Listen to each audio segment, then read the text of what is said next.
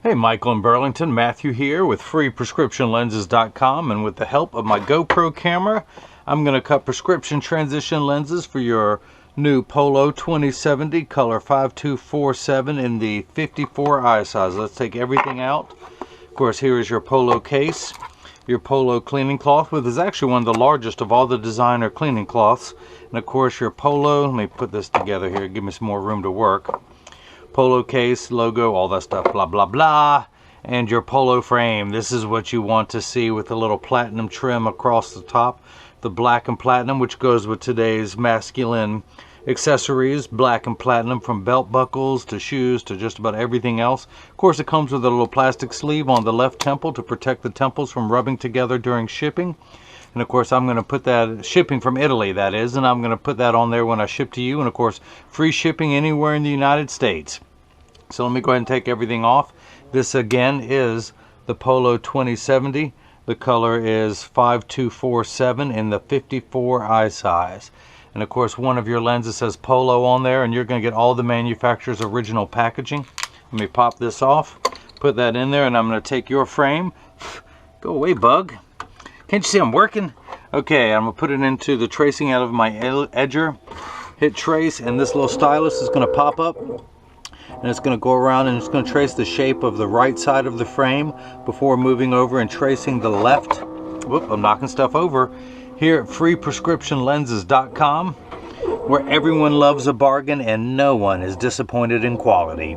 You buy genuine, authentic Ralph Lauren Polo frame and you will receive free, clear, single vision prescription lenses or non-prescription fashion lenses. My receipt has my federal ID tax number, so if you have vision insurance or flex dollars, you will be reimbursed from your purchase. Now in just a moment, your lens is going to pop up onto the screen here. That is the shape of your lens magnified. Let me bring it down to real size. That green outline is the shape of it. I just magnify it while I work on it. Let's go ahead and get your lenses ready. Let's see, these are your lenses here. In fact, your right lens reads -75 -1 at 77, -75 -1. Let me go ahead and mark this one. And you're going to get all the including your lenses, you will get all the manufacturer's original packaging here too. That is your right lens. -1, -50 at 91 is your left lens. So, let's take your right lens out of its protective sleeve. And I'm going to spin the, let me actually make sure my lensometer is zeroed out perfectly. No prism has been induced. I'm going to spin the axis wheel to 77, which is the axis of your right eye. And I'm going to explain all this in a little bit. I'm going to put the power drum on -75. I'm going to put your lens in and rotate it until the sphere power comes up in the center. And I have found your optical center. Check your astigmatism correction. That looks good. And I'm going to put 3 dots on there, which are too light for you to see, so I'm going to darken them now. I apologize if you're getting any psychedelic effects in the background from this. My little magnifier. Now your left lens reads -1 -50, -1 -50 at 91. So I'm going to spin the axis wheel to 91. Put the power drum on -1 and put the lens in, rotate until the sphere power comes in clearly, which is the -1 component of your prescription. Check the 2 steps of astigmatism correction you have. Find the optical center and put 3 dots on there. 1, 2, and 3, and that is your left lens. So let's get everything ready here. Oops, don't forget that. And we're going to come down and we're going to, I guess I can turn that off now. Put the right lens on the platform. Now this is a block, or as I like to call it, Jenny from the block. I need to attach this to your lens while it is cutting. So I need a double-sided adhesive sticker, of which I've got a couple hanging up here. The black side is the sticky side. That's how it's sticking to my finger. But I'm going to attach that to one of the blocks. I'm going to do the same thing now to the other block. Now you have a little, that silver button is a magnet. It's going to do its job twice, and I'll show you in just a moment. But I'm going to pull the paper off to expose the 3M logo that is on there. Now this little magnet is going to correspond with a magnet inside here to hold it in place. Your pupillary distance is 31.5 for your right eye. Now the computer starts at 32.5. So I'm going to hit this minus button and it goes down 0.5 millimeter each time. So I'm at 32, now I'm at 31.5. The reason why I put those red dots on there is your lens has to be oriented in there just perfectly, or you're just not going to see as well. So I'm going to have those lined up on your lens. Now, this blue cross that you see on the lens here is the geometric center of the frame. If you were to measure vertically and horizontally, that would be the center of your frame, which is what you see there, that blue cross. Your right eye is just inset from there.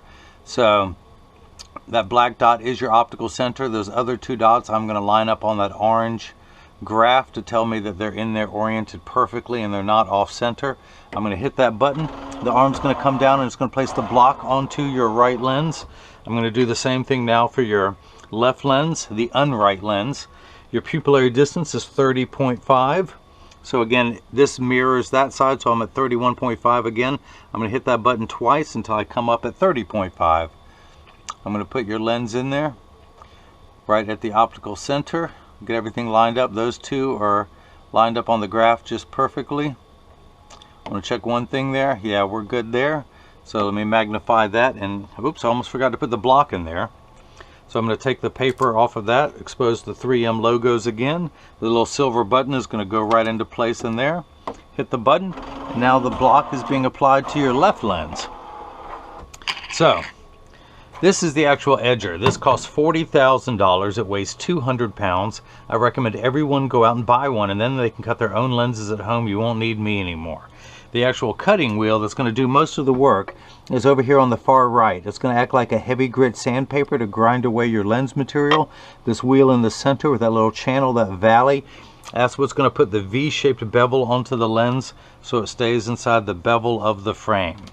So now the magnet is going to do its second job. It's going to hold it in place in the chuck, or as I like to call it, the Charles, because I don't know the machine well enough to call it chuck. But I'm going to hit that button to wake up the computer. That is now the shape of your lens. I am going to, these are polycarbonate lenses, which stands for PC. I could do plastic, I could do high index, I could do Trivex. I'm not going to polish the lens, and I'm not going to put a bevel on the front surface of the lens. I'm only going to bevel the rear surface. So I'm going to hit start. The door is going to close. That clamp is going to shut. And then your lenses are going to be traced by two white styluses. They're going to trace the shape of the frame to make sure the lens is large enough, which it is. And of course it's going to do it twice to measure the thickness of the lens at every point to know exactly and precisely where to place the bevel so your lens fits best inside the frame. And you have the least amount of edge thickness, which you won't have with your prescription. Now in just a moment, the cutting wheel moves into place and your lens will drop down. Now if you see light flickering in the back, that is water. That is there to collect the optical sawdust that's left over from the material that gets cut off of your lens. Polycarbonate lenses cut dry. Water will only be sprayed on the very end of the cutting cycle to wash away any optical debris. Plastic and high index plastics are cut wet, but polycarbonate is cut dry. Now your lenses are made out of polycarbonate. They're Essilor brand transition lenses. Essilor calls polycarbonate airwear because your lenses are light as air. These are, the TR stands for Transitions 7, the Roman numeral 7. GY is gray.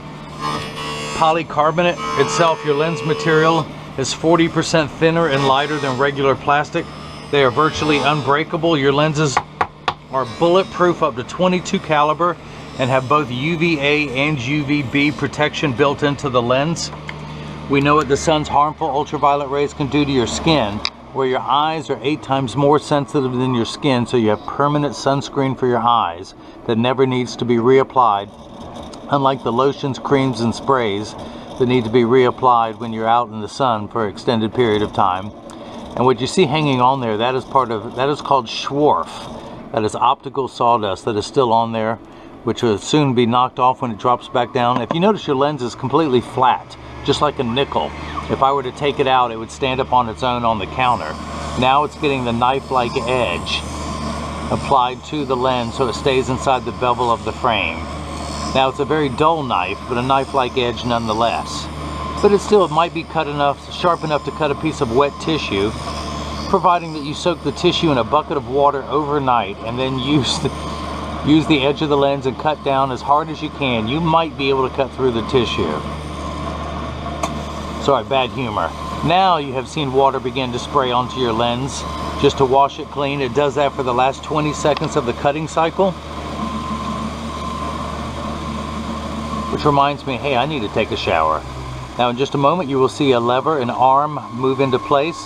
At the end of that arm is a little spinning wheel, like you would find on the end of a Dremel tool. That is applying the safety bevel to the concave rear surface of the lens, which is closest to your eyelashes.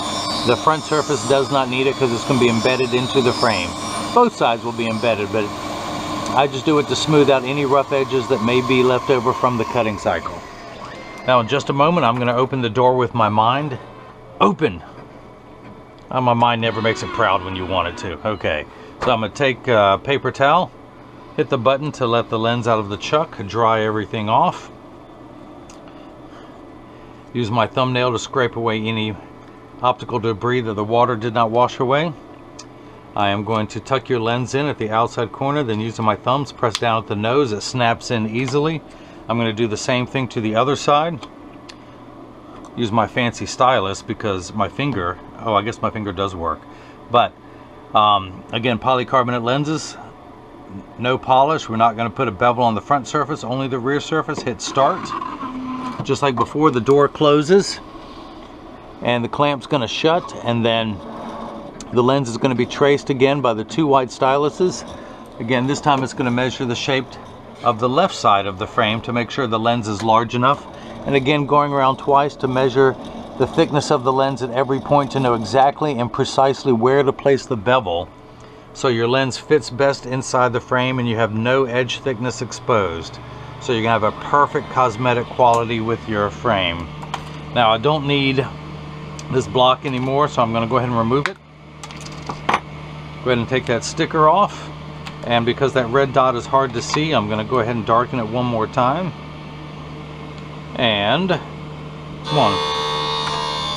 If you missed any of this, let me recap.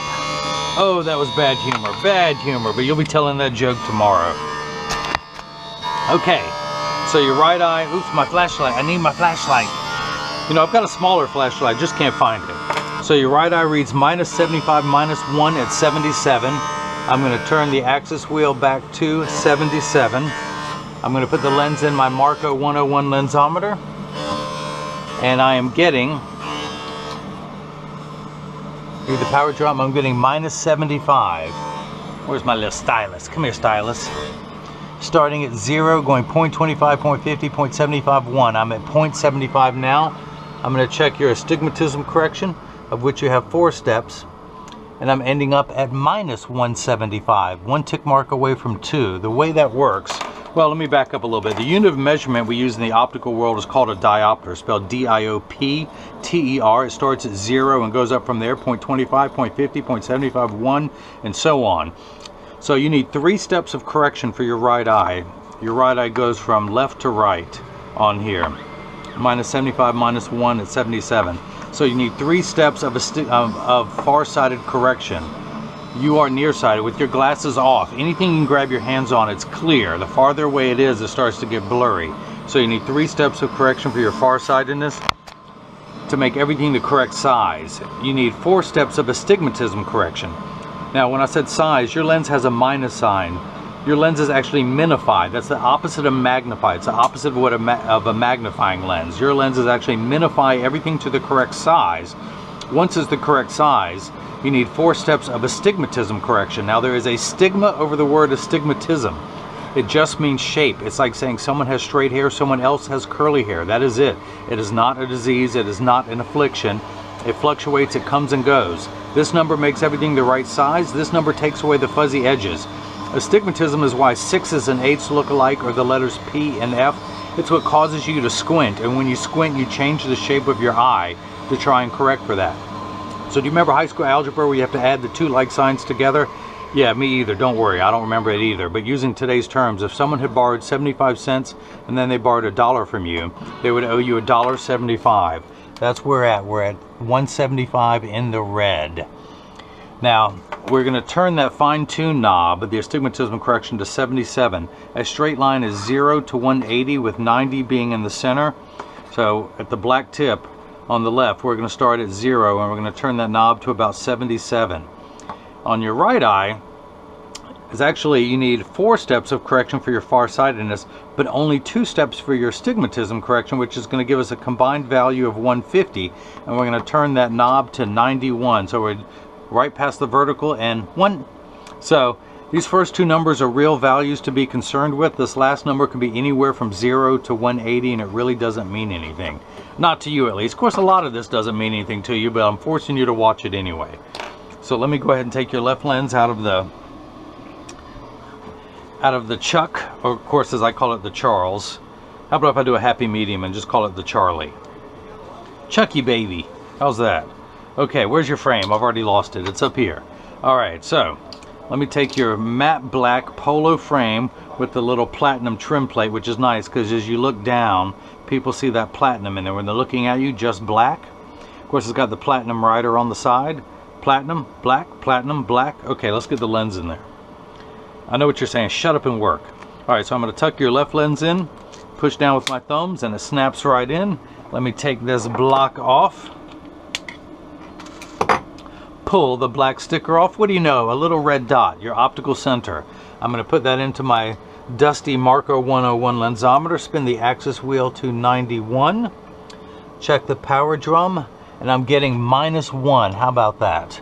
-1. Now you have 2 steps of astigmatism correction.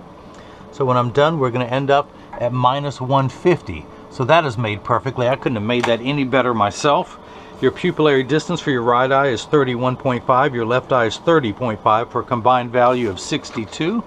I'm going to hold the card up, put the 0 on my PD stick in your right lens against my thumb, and on your left lens we're getting 62 millimeters. So that is made perfectly. Now this is the point in every video while I clean your lenses that I explain that when you get these in the mail, and of course free shipping anywhere in the United States, but when you get these in the mail, there's a small chance that these could fit too loose or too tight. However, there is an 80% chance that one side is going to sit higher than the other. That is because 80% of people have one ear that is higher than the other, and I'm no different, and I'll show you in just a moment. But in the meantime, and that's why 99% of all optical shops will do free adjustments if you ask them. But I'm going to get these in standard alignment first, also known as a 3-point stance. The 3 points are 1, 2, and the bottom of the frame being 3. I set them on the counter and press down. There is no wobble. When I say wobble, I'm part of that 80%. When I take mine off and press down, they wobble on the counter, but they sit level on me. I'm going to flip it over, press down. There is no wobble. Close each temple to make sure they overlap perfectly, and they do, and they're not askew in any way. Check the tension on each spring hinge. That is good and equal. Now this is what your lenses look like while they're still clear. I'm going to go ahead and activate them for the very first time, which means I'm going to expose them to a strong burst of ultraviolet light. Oops, oh, making a mess. All right, so let me go ahead and do this. I'm going to hit that button, and as you can see, it takes about 30 to 45 seconds for transition lenses to darken when you go outside. It takes a little bit longer to return back to clear when you come back in, about 1 minute to 1:15. Now, Michael, this is important. Pay attention. All transition lenses will get dark on day 1. Give them 2 weeks of exposure to the sun, and they're going to continue to darken for the first 2 weeks. Once they reach their maximum hue, they will work that way for years with maximum performance. The only time they will not work is if you're behind your windshield in a traditional car. Your windshield absorbs all the sun's harmful ultraviolet rays that would cause your upholstery to rot or your dashboard to crack from sitting in the sun, and that's why transition lenses don't turn dark in a car. Now, if you have a convertible or a motorcycle, they will darken, or as long as you're exposed to the sun. Now, they're also temperature sensitive. When it's 85 and 90 degrees and below, they just don't get as dark as they do when it's, they'll get darker than they do when it's over 100 degrees. But I remind everyone, when it's 100 degrees, you're miserable, they're miserable. No one likes to work 100% when it's 100 degrees outside. So that's it. That's the first time they've been activated, and they're going to continue to darken. Come on, Michael, we talked about this. Don't you remember? Were you paying attention? Okay, so that's that. If anyone has any questions, you can email me at freeprescriptionlenses@gmail.com. Michael, I hope you enjoyed watching as I made prescription transition lenses for your Polo 2070 color 5247 in the 54 eye size. And of course the 5247, again, the matte black with the platinum rider and platinum trim plate. And everyone else has got the chance to see how I bring that love and feeling back to glasses. Thank you.